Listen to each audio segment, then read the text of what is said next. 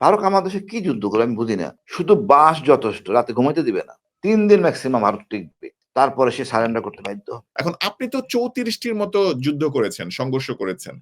ভারতের সাথে যদি বাংলাদেশের কোনো যুদ্ধ হয়, তাহলে বাংলাদেশের অ্যাডভান্টেজটা কি? আর ভারতের অ্যাডভান্টেজটা কি? উইকনেসটা কি? এটা কি একটু এনালাইসিস করবেন আমাদের সাথে? ভারত তার মণিপুর সামলাতে পারতেছে না ভাই।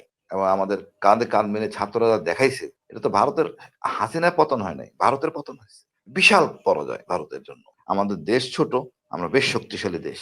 ওদের যে লজিস্টিক সমস্যা, ওদের যে ম্যাটেরিয়াল ইকুইপমেন্ট কত বাজে আপনি ভাবতেও পারবেন না।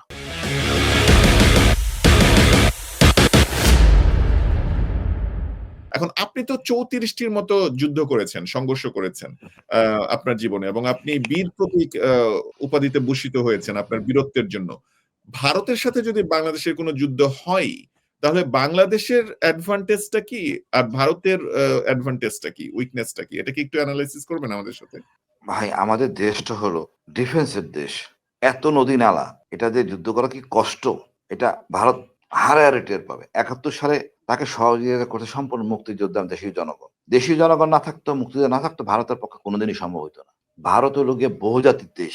ওদের যে লজিস্টিক সমস্যা, ওদের যে ম্যাটেরিয়াল ইকুইপমেন্ট কত বাজে আপনি ভাবতেও পারবেন না। ওদের যে লজিস্টিক সমস্যা, ওদের যে ম্যাটেরিয়াল ইকুইপমেন্ট কত বাজে আপনি ভাবতেও পারবেন না।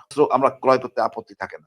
ভারতের হলো গিয়ে তাদের মানে সকল প্রোডাক্ট একদম খুব খারাপ, নিম্নমানের। ভারত আমার দেশে কি যুদ্ধ করে আমি বুঝি না। হয়তো কোনো এক জায়গা দিয়ে এসে ঢুকতে পারলো ৮-১০ কিলোমিটার, তার তো ফেরত যেতে হবে। বাঙালি জনগণ পিছন দিক দিয়ে ঘিরে ফেলবে। শুধু বাস যথেষ্ট, রাতে ঘুমাইতে দিবে না। আর এখন তারা মোটামুটি এক্সপার্ট। আমরা এই রাতে যদি সৈনিক ৩ দিন না ঘুমাইতে পারি, সে সৈনিক পাগল হয়ে যাবে।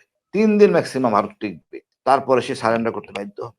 আপনি বলতে পারেন আমাদের হয়তো পরমাণু বোমা নাই, বাট এটা তো খুব একটা ডিফিকাল্ট কাজ না। আমরা যদি একটা চুক্তি করতে পারি, মানে ডিফেন্স প্যাক্ট, বা একে অপরের জন্য বন্ধু হিসেবে চুক্তি করতে পারি, উভয়ের শত্রু কম। ভারত হলো গিয়ে পাকিস্তানের শত্রু, চীনেরও শত্রু, আমারও শত্রু। সুতরাং আমরা যদি একটা প্যাক্ট করতে পারি চীনের সাথে, পাকিস্তানের সাথে, পরমাণু দেশ প্রেক্ষাপটে, আমার তো মনে কোনো সমস্যা থাকার কথা। ভারত লাভজাব যাই দেখ, ভারতের এমন কোন সাহসী মানে ভূমিকা ইতিহাস নাই যে ভারত সাহসী। ভারত কোথাও সাহসী ছিল না। একদম সবসময় সে মানে কিছু ভাবার আগেই ভারত যুদ্ধ কি করবে আমি জানি না। ও তো নিজের জিনিসই সামলাতে পারবে না। আর জনগণ, বাংলাদেশের জনগণ এখন বুঝে গেছে আসলে ভারত কি। ভারত এটা ভারত কখনো ভাবেও না আমাদের সাথে যুদ্ধ করবে। করলেও মনে করেন ৩ দিন ৪ দিন বড় জোর, আমরা স্বয়ংসম্পূর্ণ। আমাদের দেশ ছোট, আমরা বেশ শক্তিশালী দেশ। এবং আমাদের দেশের তো জনগণ ছাড়া যুদ্ধ হয় না। জনগণ আমাদের সাথে আছে। এর চেয়ে বড় পাওয়া কি? পশ্চিমবঙ্গের লোক কি ভারতের সাথে আছে? আমার মনে হয় না পশ্চিমবঙ্গ তাকে সাহায্য করবে। ত্রিপুরা বহুত সমস্যা, 7 সিটার পুরো ট্রাবল, আসাম সহ। তো ভারত আমি জানি না কোন দিক দিয়ে আরামে আসবে। ভারত তার মণিপুর সামলাতে পারতেছে না ভাই। আমার দেশ কি সামলাবে? আপনি ভাবেন খালি, মণিপুর সামলাতে পারতেছে না। দিয়ে যায় এত বড় বৃহৎ কান্ট্রি, মণিপুরে আজকে কয়েক বছর যাবত ঝামেলা। তা আমার দেশে সে কি করবে? পাগলে আমি জানি না, পাগলেরা বিশ্বাস করবে না। আমি তো বিশ্বাস করার প্রশ্নই আসে না। আর আমরা তখন মারা যাই নাই। আমাদের ঐক্যের দরকার ছিল। ডক্টর ইউনূস সেটা ঠিক আইডেন্টিফাই করছেন। সবাইকে একসাথে এক টেবিলে এক প্ল্যাটফর্মে নিয়ে আসছে। আমরা এখানে ঘোষক পিতা চাই না। আমাদের এক দেশ, আমরা এটাকে নিয়ে যাব ইনশাআল্লাহ উন্নতির শীর্ষে, ইনশাআল্লাহ। জি, ধন্যবাদ। তাহলে আপনি বলতে চাচ্ছেন যে বাংলাদেশের সাথে ভারতের এই সামরিক সংঘাতের যুদ্ধের মতো কোনো সম্ভাবনাই আপনি দেখছেন না। আর যদি সেটা হয়ও, আপনার ভাষ্যমতে ৩ দিনের বেশি ভারত টিকতে পারবে না, যে কারণগুলো আপনি বলেছেন সেই কারণে, তাই তো? ভাই ৩ দিনের মধ্যে হয়তো ঢুকতে পারবে, তারপর সে থাকতে পারবে না। তারপর তাকে হাঁটতে হবে। অনেক ক্ষয়ক্ষতির মধ্যে সে পড়বে। আমরা আনকনভেনশনাল যুদ্ধে খুব এক্সপার্ট।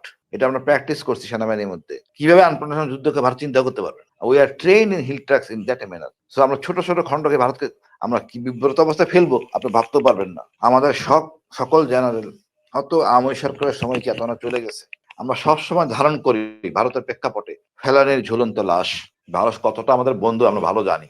আমরা যতই আমলে হোক, সেনাবাহিনী নিজস্ব একটা নিজস্ব দর্শন আছে। সে দর্শনে ভারত তার শত্রু। যতই আমাদের আওয়ামী লীগ শিখাক, আসলে হয়তো ওই গুটি করে 2%, 1% হইতে পারে। সত্যিকার অর্থে আমাদের ইয়াং জেনারেশন এবং আমাদের কাঁধে কাঁধ মিলে ছাত্ররা যা দেখাইছে, এটা তো ভারতের হাসিনার পতন হয় নাই, ভারতের পতন হয়েছে। বিশাল পরাজয় ভারতের জন্য। ভাবা যায় না ভারতের কত বড় লস। ভারত পাগলামি করবে না কেন? পাগলামি করতেছে, প্রোপাগান্ডা না, এটা বলে পাগলামি করতেছে। মাতাল হয়ে যায় না মানুষে? মারা গেলে, আপন আত্মীয় গেলে মাতাল হয়ে যায়। ঠিক পাগলামি করতেছে। কি বলতেছে নিজে বুঝে না। আর রিউমার ছড়াবে, তার সাথে বাস্তবে মিল নাই। এটা হলো ভারত। এটা হওয়ারই কথা। এত বড় লস যেটা রিকভার করা যায় না। আপনি শেয়ার মার্কেট থাকলে বুঝতেন। হঠাৎ করে যদি ফল করে কয়েকদিন ঘুমানো যায় না। তো ভারতের অবস্থা আসলে এরকম।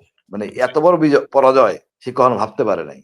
ইভেন আমি মনে করি 65 ওয়ার, চীনের সাথে যুদ্ধ, তার চেয়েও বড় পরাজয় হয়েছে ভারতে বাংলাদেশে। 16 বছর 15 বছর দাবানোর মানে নিয়ন্ত্রণে থাকার পরে এই লস, টোটাল প্রজেক্ট ফেল। এটা বিশাল বিজয় আমাদের জন্য। আমাদের বিজয় ধরে রাখতে হবে। এটা আমাদের গর্বের বিজয়, তাজা রক্তের বিজয়, আবু সাইদের বিজয়। ধন্যবাদ ভাই।